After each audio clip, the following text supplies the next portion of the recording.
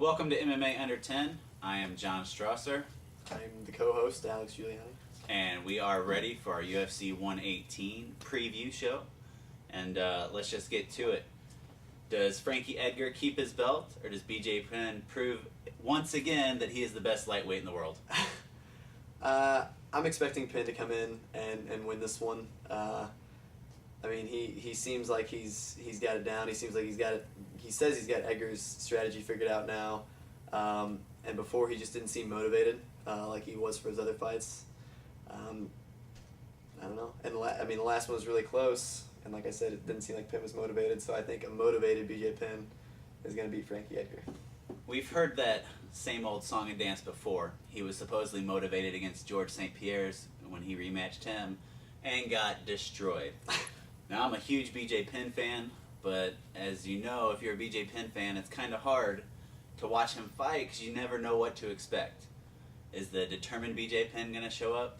Because if he does, no one can fight him and win. BJ Penn is unstoppable when he wants to be. But time and again, we've seen that, it's not that BJ Penn. Mm-hmm. Something comes up, he pulled a rib against Matt Hughes, lost that fight.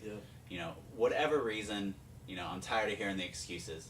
This is a fight he should have won. Definitely. And I don't feel like there's a good enough outcome no matter what. If BJ Penn loses this fight, it really tarnishes his legacy, for me at least. And where does he go from there? Does he just go back the ladder for the lightweight division? Or does he just move to 170?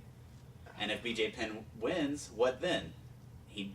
The talk before was that he would move to 170 with a win over Edgar at 112. And there was no one for him to fight. And potentially he could fight Kenny Florian again. That's probably what's going to happen. And Kenny Florian's probably going to... I'm saying Kenny Florian's beating Gray Maynard for sure. And that doesn't interest me at all. I think BJ Penn smokes him again.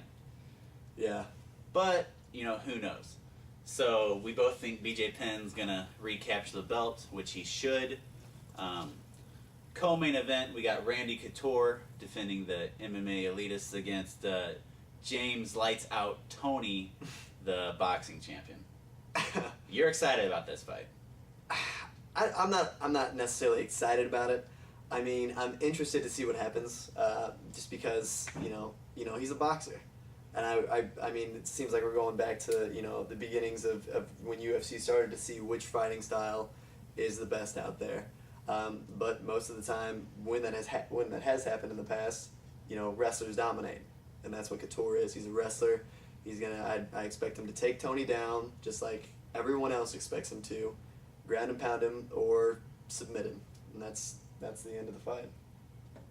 Again, with this fight, this is as close to a freak show fight as I think the UFC will put on. They bring in somebody who has never fought in MMA before, and that's what I don't understand is how this fight even got sanctioned. You have Randy Couture, who has fought for the title like 15 times, mm-hmm. and then you have somebody brand new to the sport gets to fight, a legend. I don't know how that got sanctioned. Boston, it's the first year that they've sanctioned MMA, so maybe they don't have any clue what's going on, or they're just thinking about the money that the event is going to bring in for the city. Do you think that's why it was in Boston, because it's a new... I really don't know. I mean, I don't see anything good happening from this.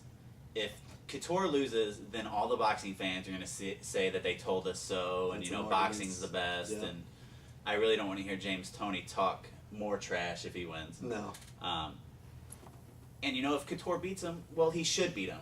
Mm-hmm. Anybody in the UFC should beat anybody that's having their first professional MMA fight from a boxing standpoint. You know what I mean? Yeah. So I really don't see how anything is beneficial from this fight. It's just a like you said, it's for pure entertainment is what this fight is. There's no winners or losers really. I mean, there will be. There's a lot of losers if Tony wins. There's a lot.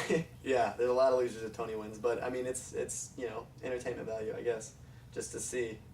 And Tony apparently was hounding Dana White relentlessly to get. If that's all it takes to get in the UFC. I'll go talk to Dana right now. I'll go to his house. So we kind of hinted on it earlier. We have a number one contendership fight for the lightweight belt. Kenny Florian is fighting undefeated Gray Maynard.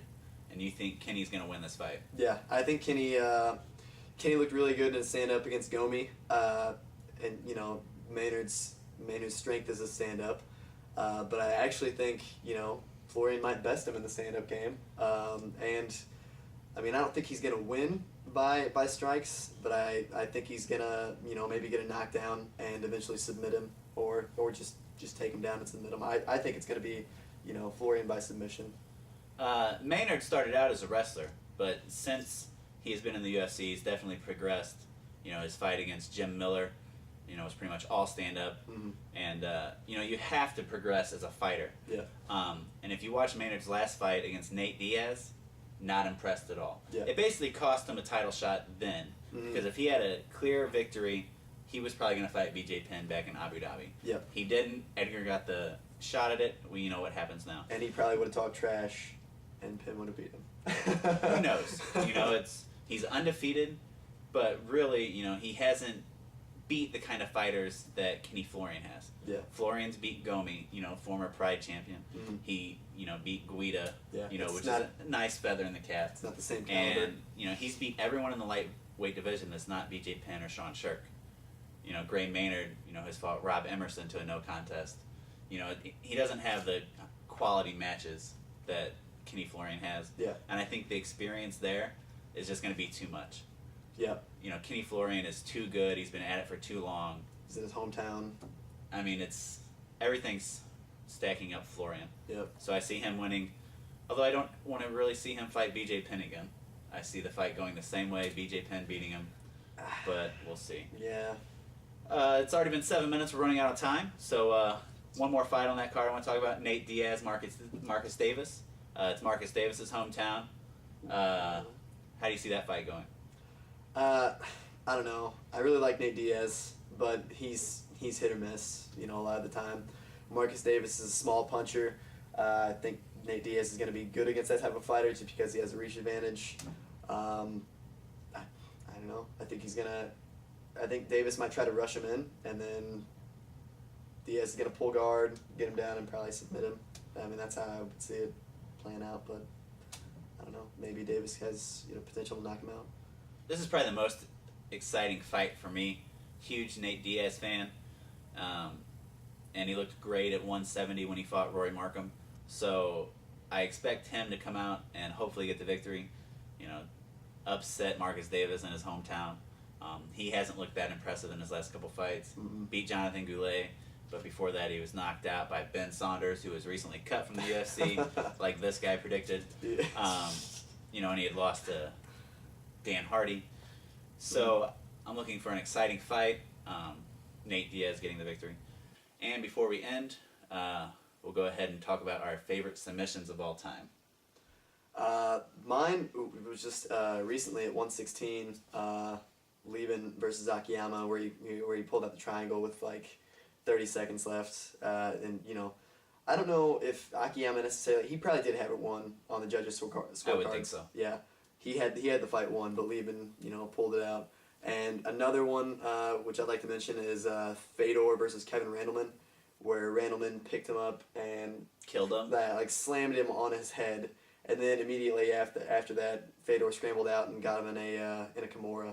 Right? If you have not seen that fight, you must look it up on YouTube. It's crazy. It's the single greatest suplex ever in MMA. It was and nuts. A normal human being would be dead.